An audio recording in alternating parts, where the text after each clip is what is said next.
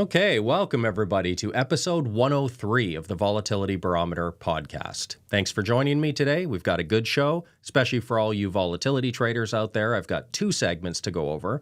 The first one, we will be talking about a little bit of a continuation from last week's discussion on tactical rotation. Last week, we were focusing on the advantages of avoiding an all-out market crash, capitalizing on that massive wealth transfer that's going to happen. Today, it's going to be a little bit different because tactical rotation investing is also very useful, even if the market doesn't have an all-out crash, even if the asset class you're trading has, 6 months, 9 months of trouble. So going to get into that. The next segment, super common question I get asked, when it is time to get in there with long volatility and try to capitalize on an all-out market crash, should you be doing that with the VXX or the VXZ? These are both long vol products, but they do move slightly differently. So I'll tell you why I prefer one of them over the other. And then last segment, of course, open Q&A. I'll stick around for a while and answer anybody's questions, so feel free to start putting those in the chat now. And let's get started with a like on the live stream for me. That's very helpful. Subscribe to the channel if you haven't, and let's get into the first segment.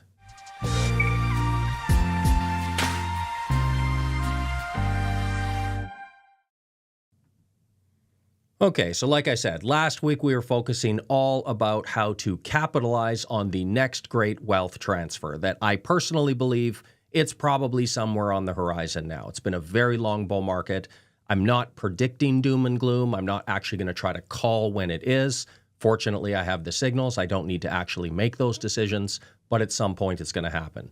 But today I want to talk about what happens when the underlying asset class itself is just going through troubles. Maybe not an all-out crash, but something that you would definitely want to avoid. So let me call up a little presentation here. Just a quick reminder, this is our total portfolio solution. This is all 4 of our tactical strategies. So we've got an option strategy, and then we've got 3 what I call tactical rotation through volatility targeting. And then 2 of them, of course, because they are quite aggressive.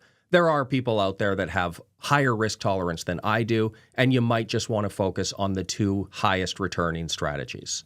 But tactical rotation is pretty simple to explain. This is our tactical volatility strategy, and we're using volatility metrics to determine when to hold these different assets. So during really stable calm markets, of course, short volatility is going to do really well. We will be holding the SVXY. But when volatility is elevated, this is arguably the most important part of the strategy. It's what you're going to rotate into when the short volatility trade isn't working. Because there is going to be periods where it's just chopping around and not doing much. For us personally, we're holding the GLD gold. And then on rare occasions, only about 2.5% of trading days, give or take, we will be in long volatility and trying to capitalize on an all-out market crash. But today I'm going to be focusing on this safety position and why we use it and why it's so important. So in last week's live stream, I talked about how this is just a backtest of the strategy to 2008. We actually launched live in 2012, but because it's 100% systematic, I can just drag the backtest, and this is the 2008 financial crisis. So obviously, if we get an all-out market crash, there is definitely an opportunity to make a lot of money. And like I said, preserving your capital, making money, and then buying into the stock market or perhaps into the real estate market after everything has collapsed, this is the great wealth transfer. But today we're going to talk about what I would say equally important and something that happens a lot more often. So this is the SVXY. This is the minus 0.5 times short volatility ETF.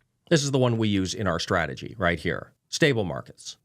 And we can see here, it's really struggling lately. This is the last year, and it's actually currently down 26%. And it was down nearly 40% at the bottom. And that almost happened again very recently. So the short volatility trade has not done very well at all in the last year. But what I want to talk about today is how useful is it for our gold positions when we move into safety? Because this is really going to make or break your strategy. As I always say, everybody and their dog knows what to do when the stock market is calm and stable. You're either net long equities or you're short vol. It's very easy. Everybody's making money. Everybody's a genius in a bull market. But what are you going to do during periods like this? That's really the differentiating factor here. And so what we're looking at here, this is our live tactical volatility strategy in green versus just the SVXY buy and hold. And this is going back to July 24th, 2024. So it's actually going back to this period where we moved to safety. These are the live results. Now we can see since July 24th, the SVXY itself is down almost 20%, 18%. Now our strategy, because we have the ability to rotate through those safety positions, we did actually get one single long volatility position, but it's been almost entirely gold.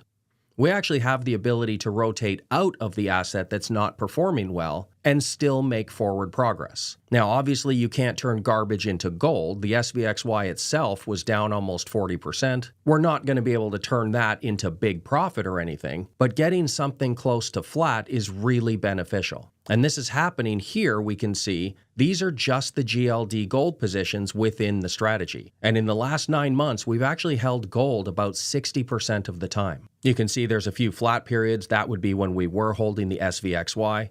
Again, this chart is only showing when we are holding the GLD ETF. And during that time period, these positions are actually up over 20%. You can see it here on a chart as well. If we just look at the SVXY, this is for the last period. Pretty ugly, right? But then if we look at the GLD, it's actually done very well during that same time period. So the fact that we can actually rotate in and out of these positions based on those volatility metrics, I have managed to make a profit in the gold and largely sidestepped this major problem in the SVXY recently. Remember, volatility ETFs and the stock market itself, while there is a correlation there, they are based on different markets and they can deviate wildly. It just so happens in the last 9 months, the S&P 500 has done far better than the short vol trade. Well, of course, if you want to make a long-term profit, you have to have a way to actually still make money, even though the underlying security isn't fully cooperating. If we look at the SVXY long term, of course there's going to be plenty of periods where we are just making that easy money. But again, that's what anybody can do. That's not the skill set you need to succeed. What you need to be able to do is avoid these terrible periods. These are the drawdowns in the SVXY. You can see 2 of them at 70%. But plenty of them at 30 or 40. That's really the value add for a tactical investing strategy. When everything is cooperating, you just try to participate. But when it's crashing, that's when you can sidestep to safety and really make forward progress. This is why our strategy, even though the SVXY has gone through multiple periods of real underperformance, we have still managed to keep moving those chains down the field and keep making small profit along the way. You really can't afford to take 60 or 70% drawdowns. That's just not going to allow you to make forward progress. And unfortunately, most people who trade volatility, that's what they end up doing. They make really good profit in good times, but they tend to give about half of it back in the bad times. 2 steps forward, 1 step back, you actually spin your wheels that way. We try to keep those drawdowns as low as possible so we can actually continue to make forward progress. And again, looking at that chart of the SVXY, even going back further, you can see recently here, it actually touched the same point it was at in June of 2023. It's made almost no progress in a very long time. But our strategy, because we are able to utilize those gold positions, we have actually made a decent profit in that time period. And another example really quickly here I can show you, this is our other strategy, the defensive rotation. This is our other aggressive strategy. This one is tactical rotation as well, but it's using entirely different volatility metrics and a different suite of underlying assets. So the bulk of the performance is coming from the 2 times NASDAQ ETF QLD. And then this one moves into safety utilities and then cash during those extreme periods. Now this one, again, I'll just go through this really quickly, but you can see the QLD in the last 9 months or so, it recently touched the same point it was at all the way back in March of 2024. Just in the last few days, it's bumped up a little bit, but it's basically the same point it was at a year ago. But again, through tactical rotation, our strategy is still able to push up, and we're quite close to all-time highs. We've actually made over 20% in that time period. So our performance doesn't have to suffer when you get these periods like this. A buy and hold investor probably thinks they're doing great right here, and then they lose it all. And then it takes a while, and they build it back, and then they lose it all. And who knows, this market crash might keep going. The market is pretty uncertain these days with all this tariff stuff. We don't know what's going to happen. But the point is, tactical rotation strategies are what keeps you going forward when the market and when your underlying asset that you're trading maybe isn't.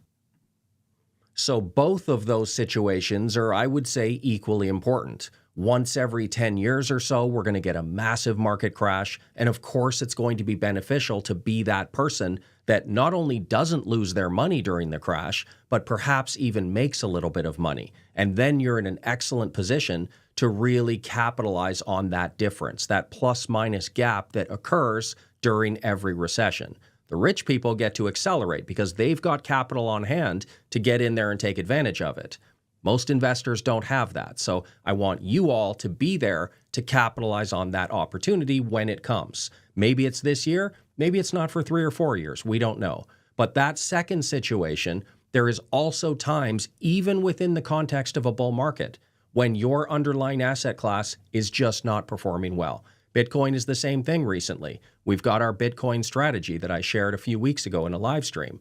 Bitcoin's been going down a lot, but we've basically, in that strategy, I've been in fixed income. So you don't have to suffer when the underlying asset does if you know how to rotate into safety. So tactical rotation through volatility targeting. Of course, if you tune into my live streams, you'll hear me talk about that a lot. It's really what's going to keep you making forward progress.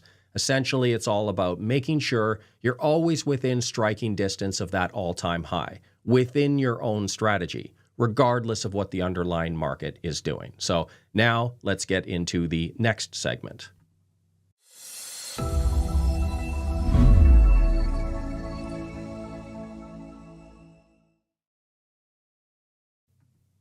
So for me personally, because the long volatility trade is so difficult to manage, it's really hard to get that timing right, right? Contrarians typically lose. They think that volatility is going to spike, but markets can stay calm for a long period of time, even when you think that next spike is imminent. So it's a really difficult trade to time.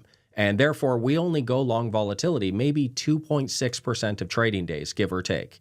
But when we do, that's when we have to know which underlying security is the best one to take advantage of that. So I actually get a super common question all the time. It's referring to that. People ask it in different versions, but essentially, why don't we use VXX for long volatility positions instead of VXZ? It seems VXX would make a lot more money in a market crash.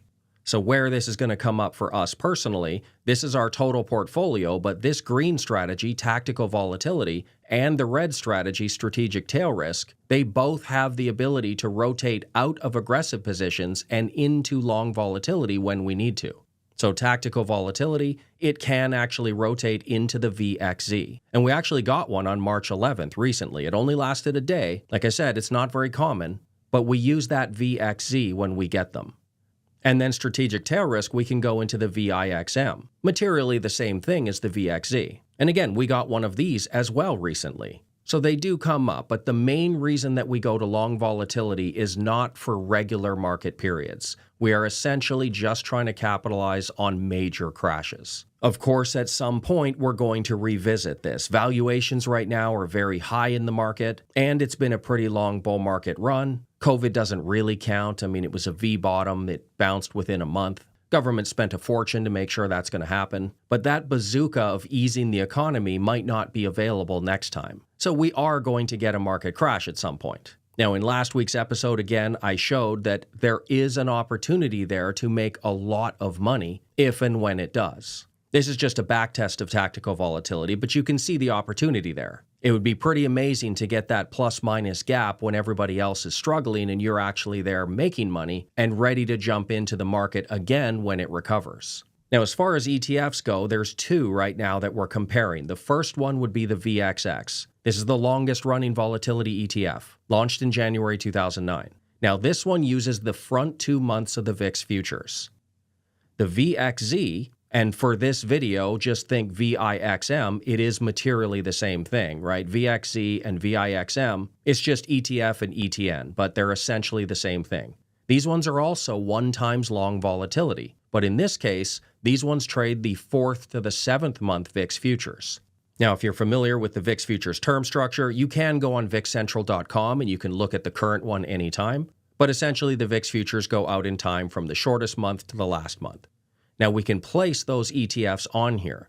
The VXX, the 1 times long, using the front 2 month VIX futures is down here. The VXZ and the VIXM are using those midterm futures out here. Now, the vast majority of the time, the slope of these curves Down here, M1, M2 is going to be steeper than over here. It tends to be flatter out further in time. And that does mean that these products here, the VXZ and the VIXM, they do move a little bit slower than the VXX does. If we go back to the performance here, you can see that the VXX has bled down on average 48% a year, whereas the VXZ, long-term buy and hold, it's down about 15%. So you could argue that it is a watered-down product, which is why I do get the question, well, why don't you just use VXX? Use the full power ETF and make more money. Well, I can show you with actual results. This is what it would look like in our tactical volatility strategy. Remember, we use the VXZ, that would be the green line, but this is what it would look like if you use the VXX. And yes, no doubt, because the VXX moves more, there is an opportunity to make more money.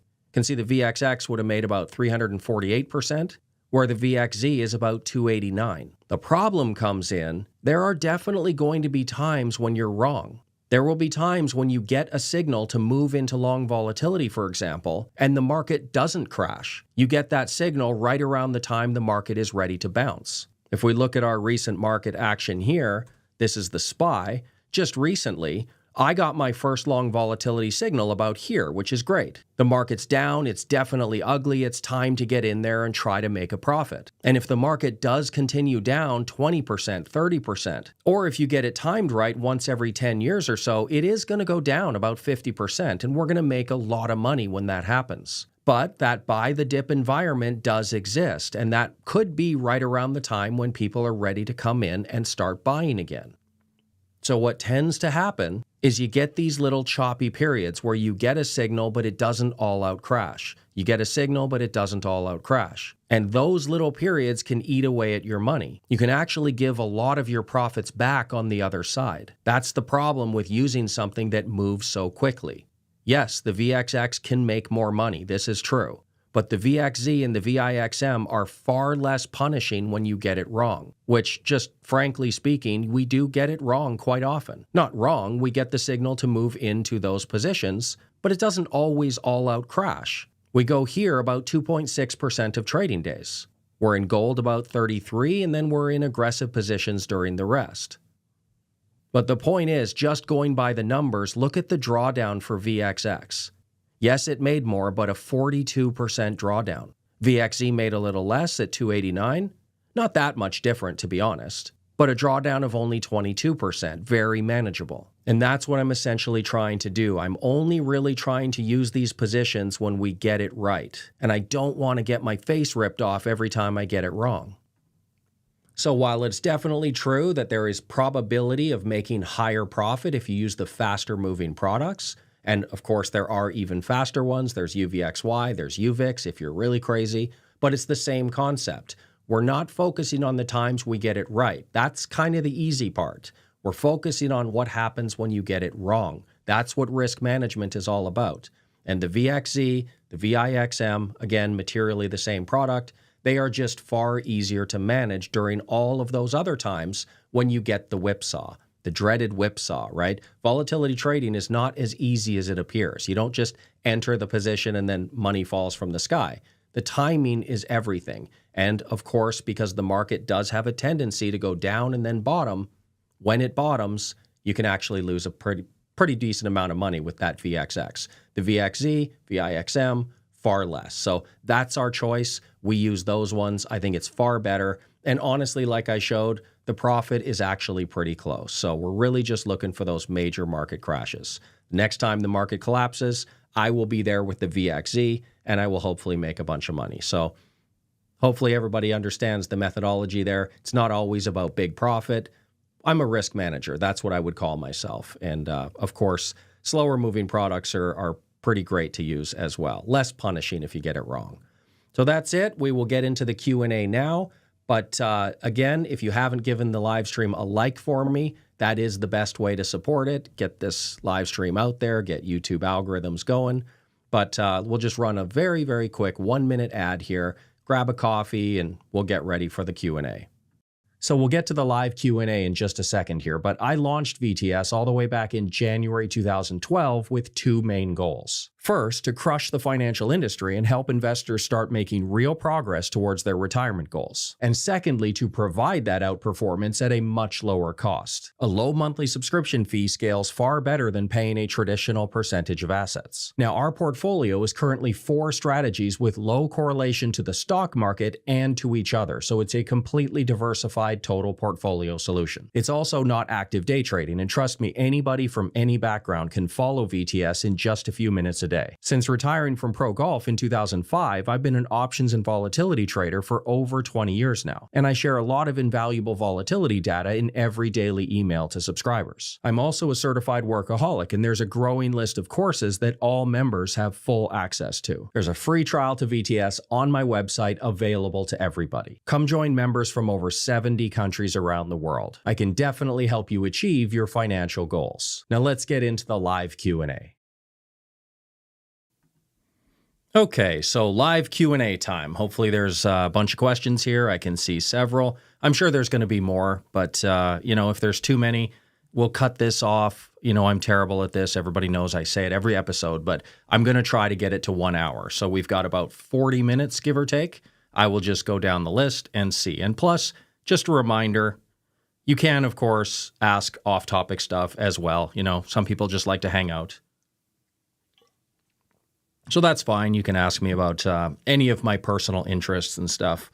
Don't ask anything too crazy. Don't try to get me canceled, because I will answer everything asked. So try to be nice. Don't put me on the spot too much. Don't let me embarrass myself. All right, so let's get into these questions. Hopefully a few from the presentation, but we will see. All right. You mentioned recently you don't use VIX Central anymore. Did I say that? Rather TOS. What would you recommend for someone who does not use options and does not have a TOS account? So I don't know if I said I don't use it completely. I just, it's easy to use VIX Central just for the VIX futures. And then for all of my other data, I will go into TOS and just get it there. So my standard routine in the morning, I wait about an hour after the market's open, and then I get my spreadsheet out, input all the data. It takes about 20 minutes. And I do actually use VIX Central for those 7 VIX futures. I track the front month 8 futures, but the 7 is really what we're needing. Outside of that, you can get the data anywhere you want. So I would say for your question, I don't know, maybe I misspoke or something, but I definitely use VIX Central just because it's so easy. You just log in and you can just get yesterday's historical. I always mark everything for end of day. And then I get today's an hour into the market. Then tomorrow when I do my data, same thing. I update that one from end of day yesterday, and then I do intraday today, update end of day, intraday. And that way I always have end of day values for everything that I'm doing. But if you don't have TOS, I would imagine whatever you do use, everything's available. It's just, basic stuff, the cash VIX term structure, the VIX 3M, 6M, things like that, the volley, basic things, S&P 500 historical volatility, realized vol. You can go over 5-day, 20-day. I tend to keep track of a lot of different things, but none of it is really sophisticated. I'm sure, you can probably get it anywhere. You could, if you really didn't want to use VIX Central, you could just go to SIBO website. They also have the futures there. But no, probably I misspoke. VIX Central's good for getting futures. That's about it. All right. What signals do you like for shorter term trading? Maybe one realistic one and one pie in the sky one. Example, open squawk box with top SIBO floor brokers. All right, well, I don't know what that second part means. Sorry, I'm going to have to punt on that one. But the first part, short-term signals. I tend not to do a whole lot short-term, and the things that I do short-term, I do a lot of zero DTE trading, but very little of my zero DTE trading is based on metrics. The one thing that I've found personally, and when we do launch our VIX community, our VIX options community again, I would also like some input from other people who trade zero DTE because, of course, I've only been doing it for 2 years. I'm in the same boat as everybody else. I'm grinding and crunching numbers and trading many strategies, but I'd like to hear some feedback. I have not found signals very helpful for short-term trading, so I tend to do structure and position sizing, and that's where I find my edge. But I don't know. You're going to have to hold me to one? Okay, well, I would say you can't really go wrong with using the cash VIX term structure. Let me see if I can get this bigger. Essentially, the cash VIX term structure, I'm sure you know, but there's VIX calculations for different time frames. So 9-day, 1 month, 3 months, 6 months, 1 year. There's also a 1 day, but I find it's just way too short term. There's so much noise in the VIX 1 day that it's basically useless. But I would say that the fastest metric that you could look at would be the VIX to VIX 9D ratio. But even then, I really don't find it overly useful. So for me personally, as far as metrics go, I'm trying not to punt on your question, but I really don't use metrics over short-term periods. I just get my tactical strategies that take a broader view of the market, and that's pretty much it. Everything short-term is options and futures only, and it's structure, not signals. So sorry about that. I tried. All right. Have you run the numbers on how tax drag impacts portfolio performance in different tax brackets versus buy and hold benchmarks? No, I haven't run the numbers on that. One thing that I can point you to is I have done a couple of videos, back-to-back videos, if I remember correctly. Go to the YouTube channel. Again, I'm hoping I labeled and had a decent thumbnail somewhere here that, no, that's not, okay, these two. There's one here that says active trading in an IRA account, and then this one says capital gains tax can crush your investing portfolio. So these two videos are essentially talking about what you're saying. Now, I will say that my VTS portfolio is tax efficient. You can trade the whole thing inside an IRA account. So there's no difference between, measuring the VTS performance, but you have to factor in all the additional taxes versus buy and hold. The only difference would be buy and hold, you can get away with long-term capital gains rather than our portfolio not. So if you're trading money outside of your IRA, then yes, of course, there's a difference. But it's kind of, apples to apples comparison at that point because our portfolio is actually pretty tax efficient. Not completely tax efficient, but trust me, the benefit from exiting and avoiding drawdowns is way more beneficial long-term than going from short-term to long-term capital gains. Like, you should never hold on to something long-term simply for a tax benefit. That is insane. You trade the portfolio in front of you with the strategy rules, and if it tells you to get out, you get out. You don't look at it and go, well, my signal's telling me that the market volatility is very risky right now. I should probably exit to safety. But if I hang on for a few more months, I get that long-term capital gains. You would never do that, right? Just full stop. If you have to exit, you just exit. So for me personally, it's kind of a moot point, but I'm sure your instincts on this are pretty accurate that obviously the more you make, the more you pay, the more punishing it might be. But again, I would never recommend people do anything within the investing world for tax efficiency. I think that this is kind of tinfoil hat stuff, but the whole 401k thing, the whole, deferred tax accounts and things like that, they actually turn out to be less efficient long-term because they limit your choices. And so what I always recommend people do is trade the whole universe of products that allows you to make the most amount of money and don't try to do anything for tax reasons. It is far better off to make a higher rate of return and then just pay taxes if you have to than it is to try to limit your choices of what you can and can't trade within this certain account. And, I can't do this option structure. Even though it would make me good profit, I can't do it because it's an IRA. Don't go down that road. It's just not worth it. So in this video, I think for the second one, the capital gains one, I went through the numbers. And of course, it's a range. It depends on how efficient you are with investing. But the number is roughly 2%. So given buy and hold, if you could outperform buy and hold, given that it's probably going to make about 7 to 10% return long term, if you could outperform that by 2%, then it's worth just outperforming by 2% and paying the taxes. Anything more than 2%, you're better off. So that's why I say Why would you handcuff yourself to trying to be tax efficient and reduce your investing choices? Why wouldn't you just try to make an extra 2% or an extra 3 or 5 or 10, right? You're far better off. So hopefully somewhere in that long rant was an answer to your question. All right. Is there any reason that not all of your strategies use fixed income instead of cash for safety positions, or is that a fine cash equivalent? So the only time that we would ever have an opportunity to do that, if we look at our 4 strategies, this tactical volatility never does go to cash, so there's no point there. Gold is better than cash, right? So that's not a good switch. This is the only one that actually has a cash position. Happens on about 9% of trading days, give or take. So I suppose, of course, you could, every time we're in cash, you could just dump that money in the box ETF or SHV or SGov. There's a million of them for different banks, just short-term fixed income. You could do that, but this strategy is 25% of the portfolio, and it's only flagging cash 10% of the time, and those things only make about 4% annualized. So you're talking about just, at the margins, it probably wouldn't matter at all.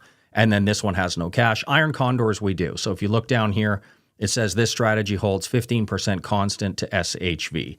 That's because we will never utilize the full 25%. Even if we're in 3 iron condors, it's not utilizing the full 25. I could technically drop this down to just a 9% allocation. We could go down to iron condors being 9, but the only reason that I don't do that is because you want a little bit of insulation every time there's those days where you get hit and you couldn't have seen it coming, right? If you can cycle out at a reasonable time, then it's best to fully maximize your money in all the aggressive strategies. But of course, there's times where everything looks perfect today, you wake up tomorrow, and the market just gut kicks you. So I do like to have that little cash allocation that just sits there holding and insulates the portfolio a little bit from those shock moves. But there's really only a 10% sliver there where you could technically do it. And for me personally, I've just not complicated things. It's such a tiny sliver of, what is that? 4% annualized of a 10% position within a 25% allocation. It turns out to be almost nothing. Okay, how much of the CAGR in defensive is utilities? I like questions like this, but I have to be careful. I have to somewhat protect my proprietary systems here. So let me see what spreadsheet I have open. Number 2, I do actually have the right spreadsheet open, so I could technically show you this. Let me try. I might scroll really quickly here just because I don't want to flash something that I shouldn't be flashing. So this is all good. Let's go to the top. So this is the defensive rotation. Again, I'm going to scroll a little bit quicker. Sorry about this. I'm just trying to scan my eyes and find the utilities portion of this strategy. That's not it. Here it is. Okay, good. That wasn't so bad. So these are the XLU utility positions only. Percent of days, 15.07. So we're not in utilities that often.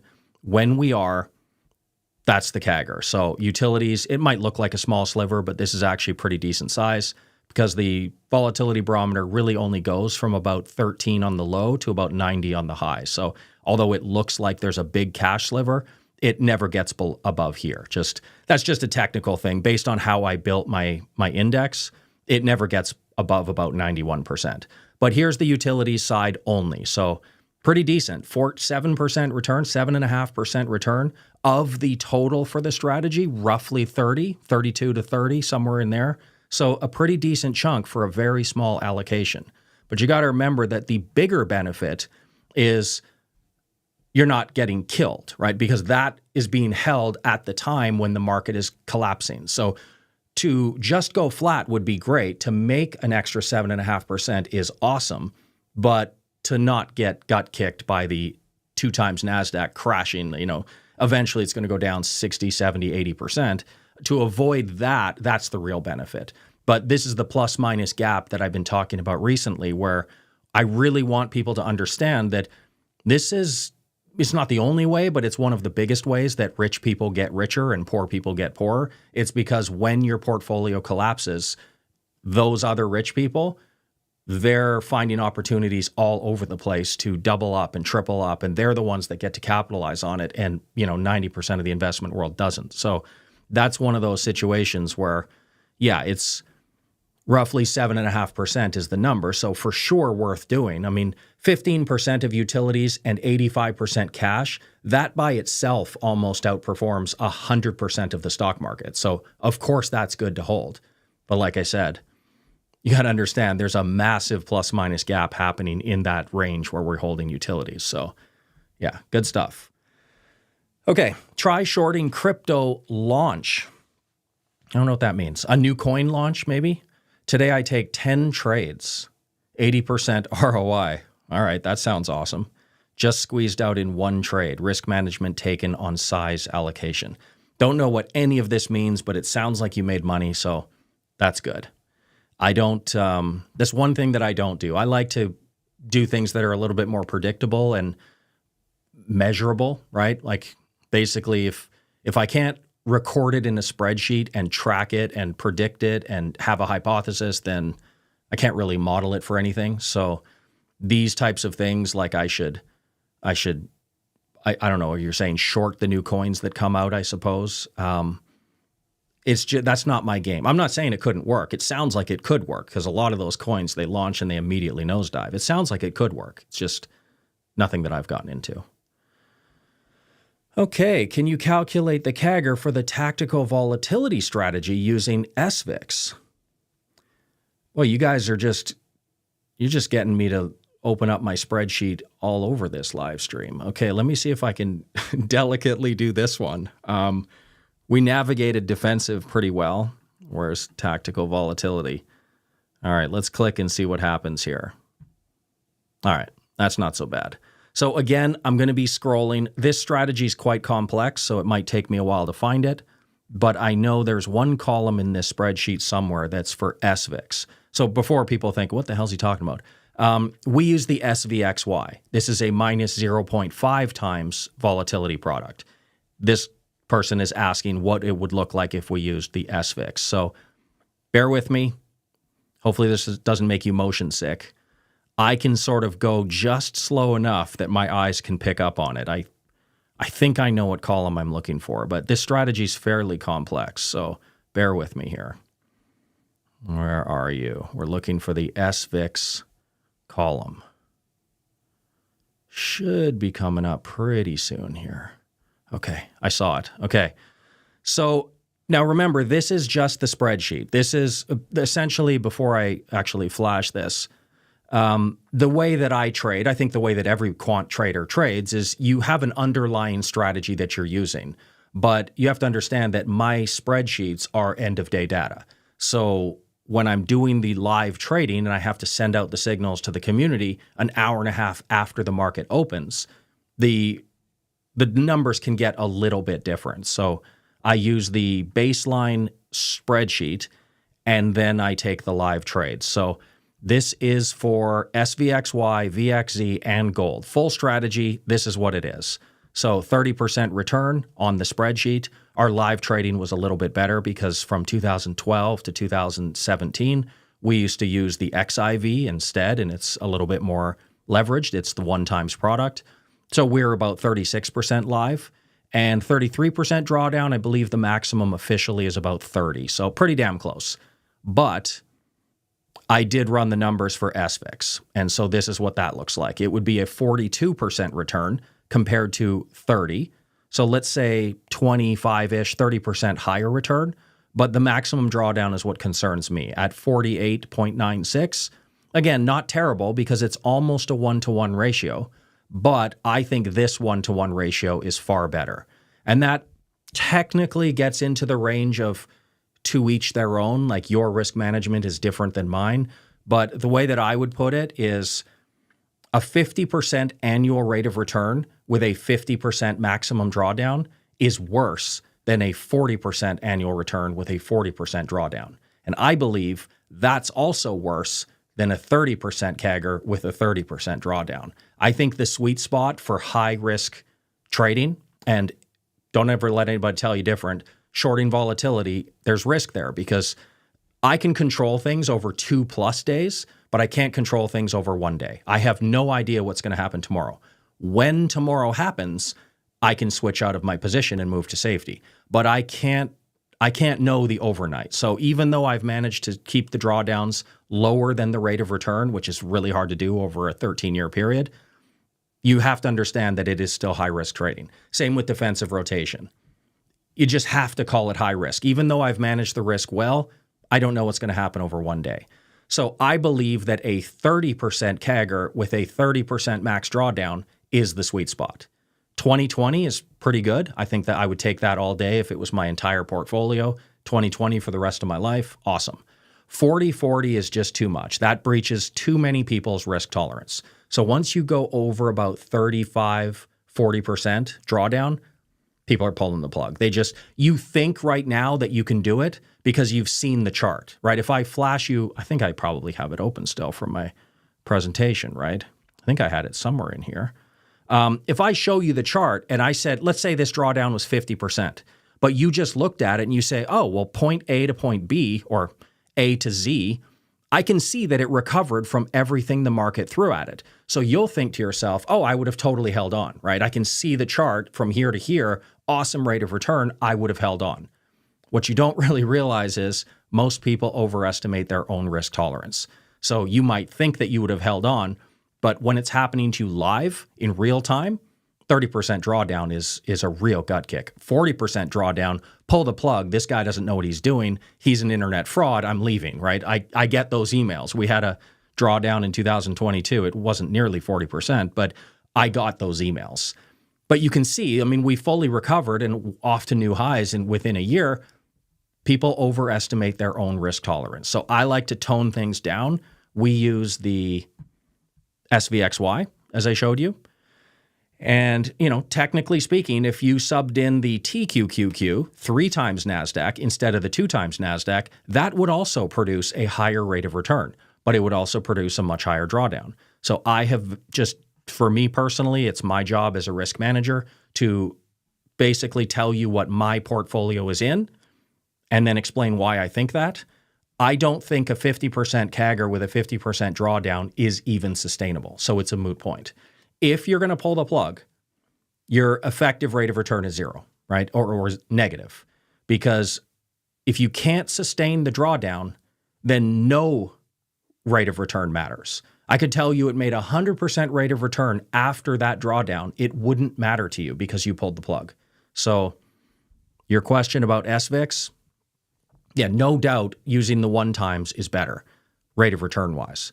But introducing a drawdown that gets into that super red alert range for the vast majority of traders, totally not worth it. If anybody complains that we've made, 30% using SVXY, you've come to the wrong place. I think that's pretty good. I wouldn't chase anything higher than that. Okay, do you think the price of an underlying gravitates to its max pain point for options? This is where option buyers lose the most amount of money. Also, wouldn't that be an extra edge for option sellers? You're asking my opinion. I'm going to say no. I think that the market doesn't price that way. I don't think the market in general, it would need to be looking at itself to be pricing that in there. No, it's just sometimes it just seems to happen that way, right? Prices pin and it seems a little bit odd, or, expiration dates are coming up and you think, man, if it expired at this price, that would be, like you said, the max pain point for all these option traders. Sometimes it hits there, but I don't think that it's some, market force that's going that way. I just think it is what it is. The hundreds and hundreds of times that it didn't pin to that price, you didn't look at it. You're just looking at those few times that it did. It's kind of confirmation bias, I think. But overall, if you're asking my opinion, I would say no. What about taxes for active day trading in Dubai? To be honest, I shouldn't say this too loud. I haven't looked into it exactly. I have just assumed that my tax situation is based on income taxes, which is 0. But I will look into that for both of us, just for my peace of mind. I would like to say 0. This is not recommendation or advice or anything. But since income tax across the board is 0, I mean, how could it be anything but? Hope everything is going well. How's trading? Good. Good to see you. Thanks for showing up. Mine's fine. More interested in yours. I know you were working on, launching something, and I'd like to see it. You should share it with everybody as soon as it's available. Get on YouTube, start a podcast, do all those things that I told you last time. Hopefully everything's going well with you as well. It's been a tricky market, I suppose. But yeah, always got to stay within striking distance of all-time highs. So that's what I would say. Over the last year, the UVIX is down 66% and the SVXY is down 13%. Isn't there a lot of reward in shorting UVIX instead of buying SVIX? I sort of touched on that a little bit when I said drawdowns matter more than the rate of return. So you're not wrong. I would say that if I did use the UVIX, I could absolutely produce a higher rate of return than I have made. But there is no doubt the drawdown would be unsustainable for 99% of investors, including myself. VTS is not me building things to market to the community to make money. VTS is where I put 100% of my own personal capital, and then I share my portfolio with the community. So I only do things that my own money is in. So I don't trade UVIX. I think that would be insane. I know my risk tolerance cannot possibly sustain that. But I will point out to one thing that you're probably missing. If you short the UVIX, I don't think you're quite factoring in how insanely high the fees can be. So let's just see if we can get a general snapshot of what it's probably going to look like fee-wise. 2 times UVIX, that's not right.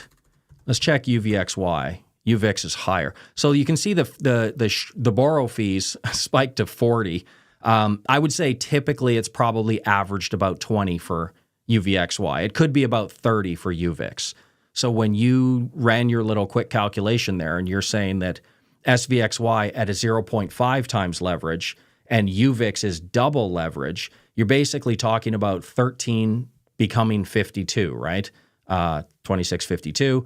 But you're not factoring in the insanely high fees as well. So this is one thing that people often overlook when you compare, I should just short the UVXY instead of, are you factoring everything? Plus, you don't control your shares. They can be called away on you at any time. This is not a good idea to ever short something that's unlimited loss because, UVIX 2 times, if there's a flash crash or some type of cyber attack of some kind, you are going to regret that so fast. You're going to wonder how you were so crazy to short UVIX when it finally happens. You could make a killer profit for 5 or 10 years, and one stupid day is going to just rip your face off. So it's an absolutely no for me personally. Plus, it wouldn't probably make any more money when you factor in the risk. I always think risk-adjusted return, not just return, right? Anybody can make a high return. You just leverage the shit out of everything, and you'll make a killer return in a bull market. But, we're trying to hang on to most of what we have, and we're trying to do it with peace of mind so we're able to sleep. So that's just a no. But you do your thing. I'm not telling you what to do. I'm just showing you my portfolio. The VTS strategies, 100% of my capital is in either these or my option strategies. I'm not marketing anything I don't trade with my own capital. Okay, what is your win rate, expected value, or whatever stats you track on 0 DTE? Personally, I find it very hard to trade those. I do as well. I'm doing well from a rate of return perspective, but the one thing that I have found with my 0 DTE trading is it's more cyclical than I was hoping for, right? It's with most of my trading, a lot of my strategies are fairly consistent and predictable. But with 0 DTE, I tend to go on longer streaks of good performance and longer streaks of underperformance. I've managed my position sizing really well, so it's never gotten me into trouble. But I don't find 0 DTE so far to be any more consistent than anything else I do. In fact, if anything, it's less. And plus, it's a little bit skewed for me personally because what I have found is I like to use 0 DTE to sort of quasi-hedge my portfolio sometimes too. So there's a couple of strategies that I do that are essentially throwaway capital, and I include that into my returns as well. and then you'll lose a whole bunch of them, and then you'll get paid really big on one of them. So it's really hard to track performance on those ones. Like, one of my strategies is called the Trump hedge. One of my strategies is called top tick. These are strategies that don't win often, but when they do, they pay off all of the losses and then some. So I would say for normal stuff, I would imagine that, probably everybody that trades 0 DTE seriously, probably in some capacity trades either, 2 verticals on either side or iron condors if you want to, manage it that way. For that type of strategy, very, very consistent. But I like to be a little bit different. I'm doing a little bit different things. So I don't keep track of hit rate or anything like that. Okay. Bravo on the tax info. I suspected your theory. Is that my theory that Dubai is zero income tax, or my explanation that VTS is also IRA friendly? So a moot point. Either way, hopefully I nailed somebody's question. UVIX, European option or American? UVIX. Well, they're going to be American style options, but I've never really understood why people care too much about that. But if you do, yeah. I've never traded UVIX options, never will. I just don't see the point. Hello, fellow volatility traders. But like I said, I'm not here to tell people what to do or what not to do. So if I'm throwing cold water on anything that people like to do, just ignore me. If you find a way to make it work for you that you can actually manage the risk on UVIX, which I'd have to see evidence for, then go for it. Why not use UVIX long, accumulated during low vol periods to surf a high vol period like now? This sounds like a decent idea sometimes to people, but I promise you lose money. So because you're going to be bleeding capital so consistently for so long, I mean, if just as a basic statistic, the VIX futures are in backwardation only 14% of the time. And even when they're in backwardation fairly steeply, the UVIX still has a headwind. It's really only going up about 5% of the time. So a lot of people think that, when it's low, I'm just going to buy and buy. What ends up happening is you get in. Of course, you have to average down because you keep buying and it keeps bleeding down and going lower and lower and lower. And you're down so far that you really need the end of the world to happen just to get back to break even. Like you would almost at that point be hoping for a flash crash, and not so you can make a bunch of money, just so you can get back to break even, because it can bleed down for that long. You could bleed capital for 6 months and you're going to be down so far it couldn't possibly recover. So sounds like a good idea. And let's say you started this theory, you started this plan 20 days ago, it probably would have worked out great. But what happens if you started 3 months ago, right? Then that's what I'm talking about. That the vast majority of the time, you're not going to hit that timing. So stop showing your sensitive spreadsheets. That's why I said I have to be careful when I click on it, because I can manage it once I see it open. But that first click, I don't know whether I'm going to be showing something I don't want to show, and then people can screenshot the live stream and reverse engineer everything and put me out of business. No, it's never going to be that bad. But I do protect my own proprietary strategies, because maybe you guys who regularly follow not only my content, but other traders as well, I'm not aware of anybody else who does this type of investing, and I've looked. So I do tend to protect what I do, because I do think it's pretty unique. I mean, if this was just diamond, like for iron condors and stuff, God, there's millions of people who trade iron condors, probably fairly similar to the way that I do. That's why my iron condor course is available to everybody. You can just go ahead and sign up for your free trial, and you can go through the 30 video course. It's not rocket science trading iron condors, but I definitely will protect my tactical strategies. Okay. I have trouble understanding English, and your videos don't allow translation. Can you graph my question about the tactical volatility strategy using SVIX, looking at your graphs? Absolutely, but I can't do it on the spot because I'd have to add it, and it's a little bit annoying. I could. It would only take me about 2 minutes, but I just don't want other people to watch me fumbling around. So future live stream, I will have that for you. But it's what you think it is. It's just the same line, just higher and exponentially going up in time. Basically, tactical vol, the way that I like to do it, consider it 30% return, 30% drawdown. SVIX, it was a little bit less. It was like 49% return with it was a 43% return with a 49% drawdown. Call it 50-50, just for the sake of argument. 30-30, 50-50. 30-30 is better, hands down, every time. I don't know if any rational investor who would choose 50-50. Because remember, you never know if it's going to come back. I don't know if, I've been trading that live for 13 years now, but that's not 30. So come back in 30 years, and if I never suffered a major drawdown, at that point I will tell you I made a mistake. I should have used SVIX. But I've only been trading it for 13 and a half years. There's still 20 years to go. I mean, for a lot of you investors out there, investing is not something you go in for 3 years, you make a bunch of money, and you're done. We're not ever done. We have to keep going and keep investing, keep the strategy, stay consistent for years and years and years. That can be actually one of the hardest things for investors to do. Let's say, for the sake of argument, I'm not, presuming anything, but let's say somebody watching actually likes my strategies and likes what I do. They like me. They think I'm honest and all these things, all these great things.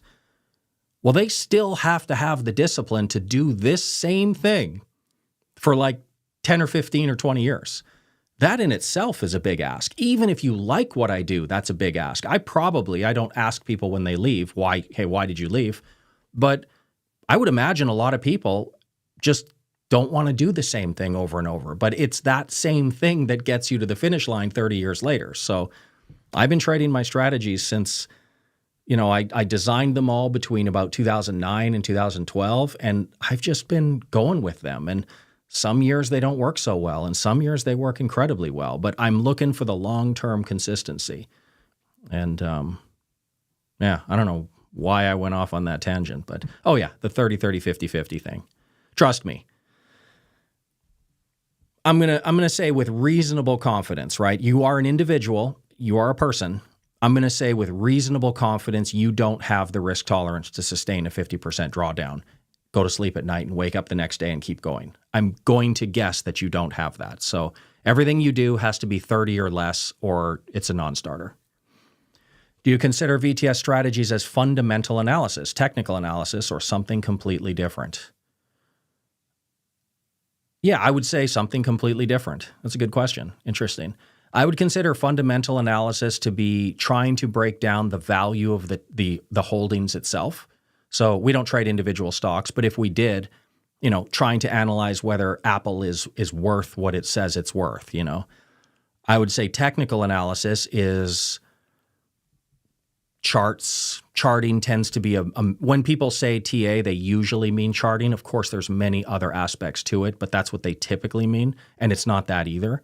So it is essentially volatility targeting. I'm mining volatility data, and then I'm basically priority ranking the ones I feel are the most valuable, and then ranking those as percentiles going back through history and saying, it's actually right in the strategies, as you can see.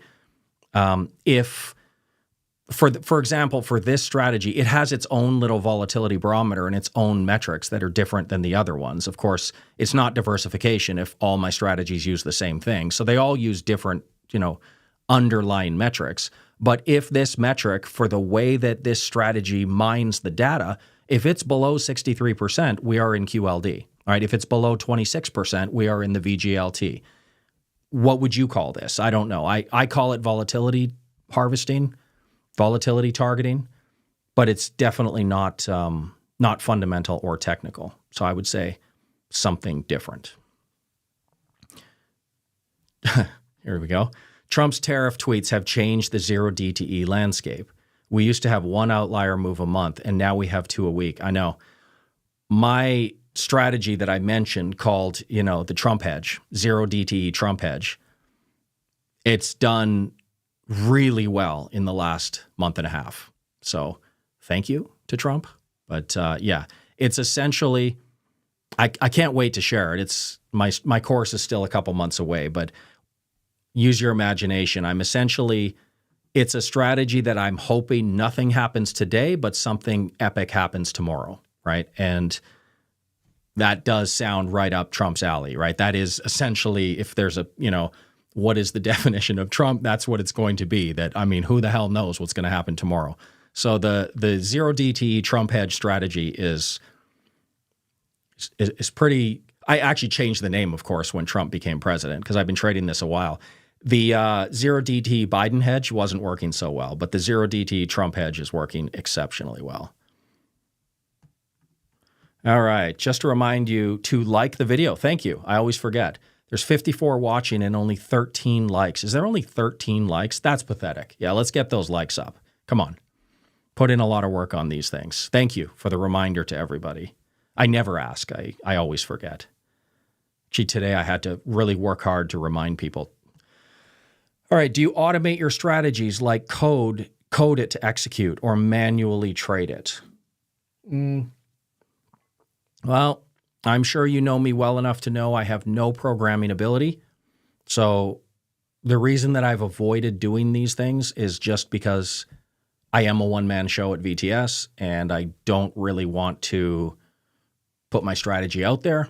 I've been burned several times by people subscribing, pretending that the work is theirs, even repurposing and resending my email. You get all kinds of people doing stuff like that. So I have not programmed anything. It could, because it is 100% systematic. Might be a little tricky with the volatility metrics, but coding, there's no doubt that it could be done quite easily. I just don't do that. And plus, I don't think it would add any value to the community because I still need to do everything in the email, tell people what we're doing. There's no value to intraday trading, in my opinion, at least my strategies. There's zero DT, of course, time of day matters a lot, but with what we do, I send the email at about 11:30 Eastern time. You've got 4.5 hours to execute, and any time in that 4.5 hours, for all I know, it's all the same, right?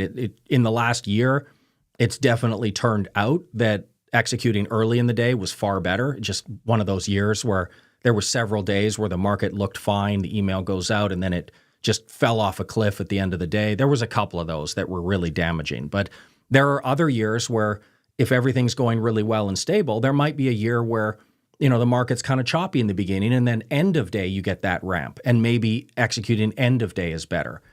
I have no data to show any of this. I just know that in the last, say, 18 months or so, we've just seen so many volatility spikes and so many quick reversals that, yeah, it turns out earlier has been better, but, that's a crapshoot.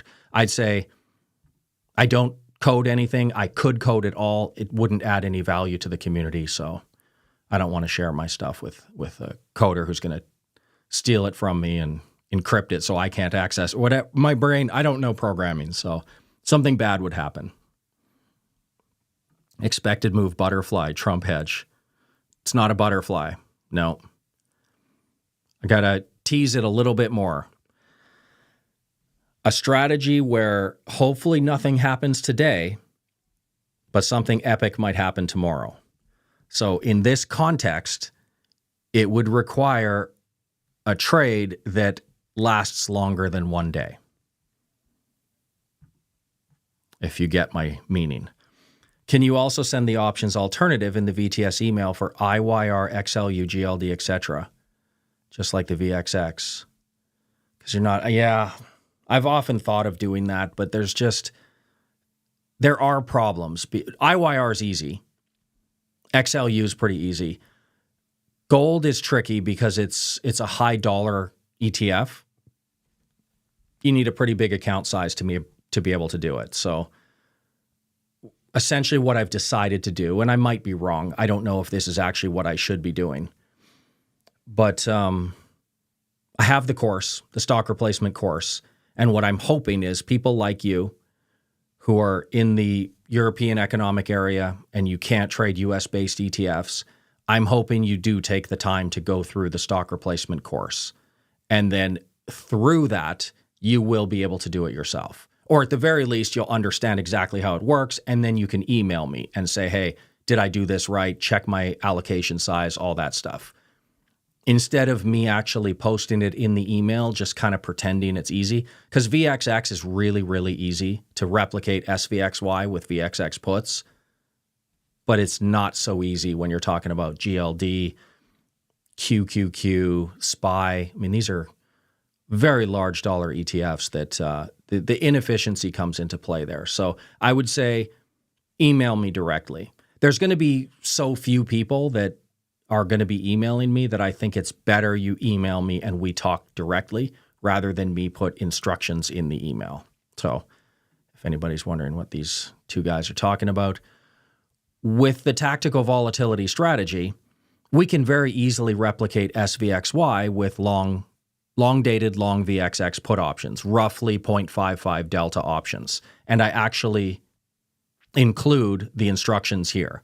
So we're in gold, so it just says cash. Just skip it. Cash is fine for this position. When we're in SVXY, I actually put the stock replacement lesson or the instructions here, but there is also, hopefully I'm logged in. There is also, I am not logged in. There's a course and there's a live trading example. So that's easily doable. XLU is kind of easily doable as well, but these ones a little bit trickier.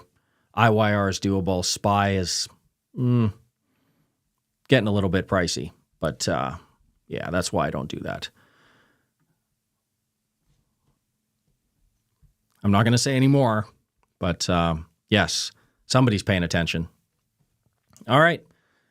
Hour and 5. No other questions. Let's call it a day. So thank you very much.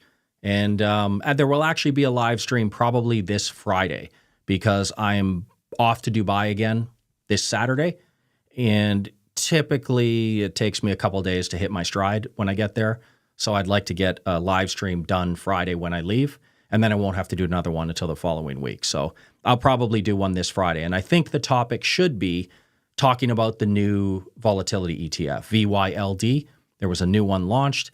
It's an interesting one, and so I think I should probably do a presentation breaking it down. So stay tuned for that, probably Friday. Take care.